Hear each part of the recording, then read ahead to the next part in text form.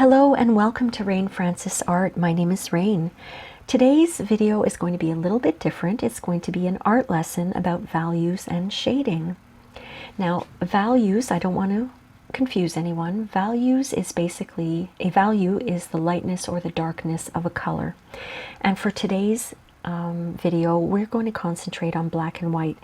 The reason why I wanted to do this was because the other day I did a video about how to draw this black bear, a silhouette in the moonlight, and I wanted to show you my process on how I'm able to figure out the values or the different lightnesses and darkness, the different shades of black and white. Because as you can see here, the nose is very, very white. We've got a little bit of a pale gray here. Of course, we have all this black. We've got a lighter black here. We've got darker white. And in the video, I mentioned that I desaturate and I invert my images. So I thought I'd show you what I meant when I was talking about that. But before I show you that, I'm going to show you the color wheel. Most artists have something like this. This is a standard color wheel. It shows you complementary colors, primary colors, how to mix colors, some definitions. But today, since we're talking about black and white drawings or paintings, let's concentrate on the gray scale here.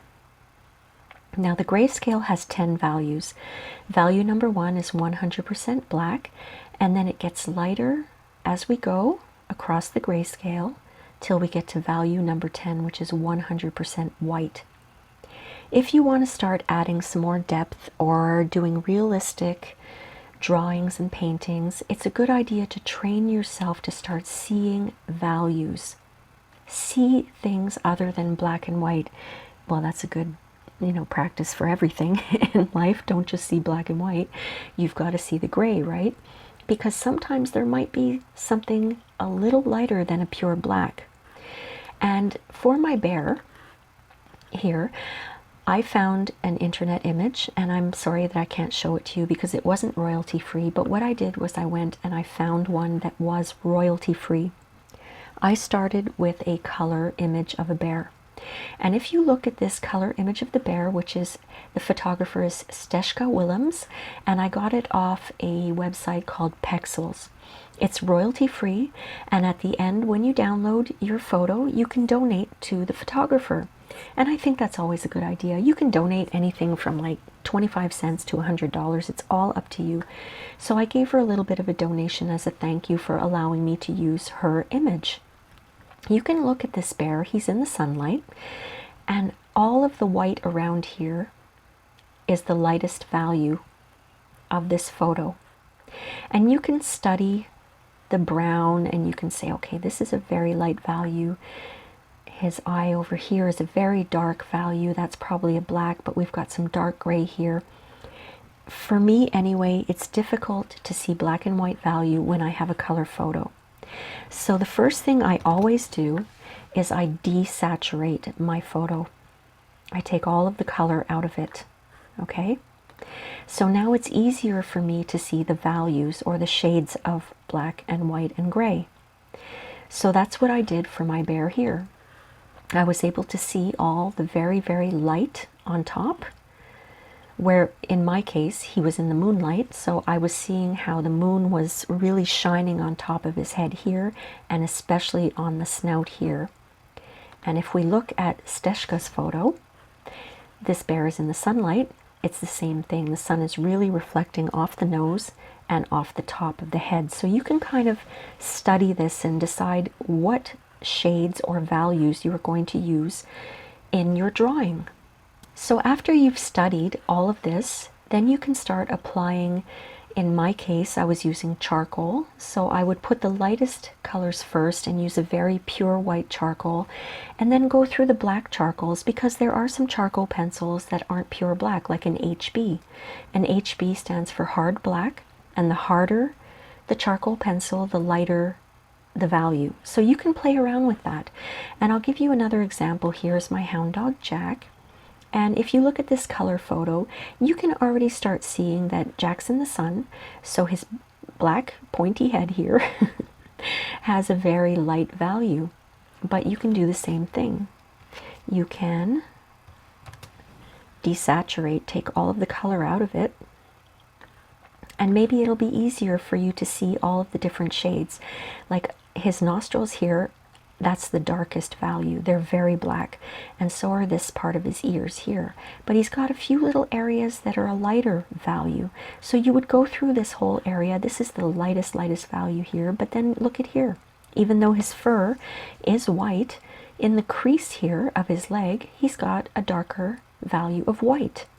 So you can, you really have to start studying these things. And if we go back to Steshka's photo here of the bear, I did mention that sometimes I invert. So in my program Photoshop, I just click on Control-I, and it inverts the photo into a negative image. Now this may sound contrary, but this works for me. When I look at a negative image like this, the dark really stands out for me, more so than it would here. And I see the light here, but here it's hard for me to figure out all the different values. So if I go and invert, the black is very obvious for me. And because it's an invert, black means white. So all of these very dark areas for me, I would color in with white. Now that might be confusing to some people. I don't know if you get my process, but that's how I kind of do it logically in my head. I kind of invert and then take the invert out, and I go back and forth and I look, and that helps me to figure out the values. Now, if you wanted to, you can just use 100% black and 100% white.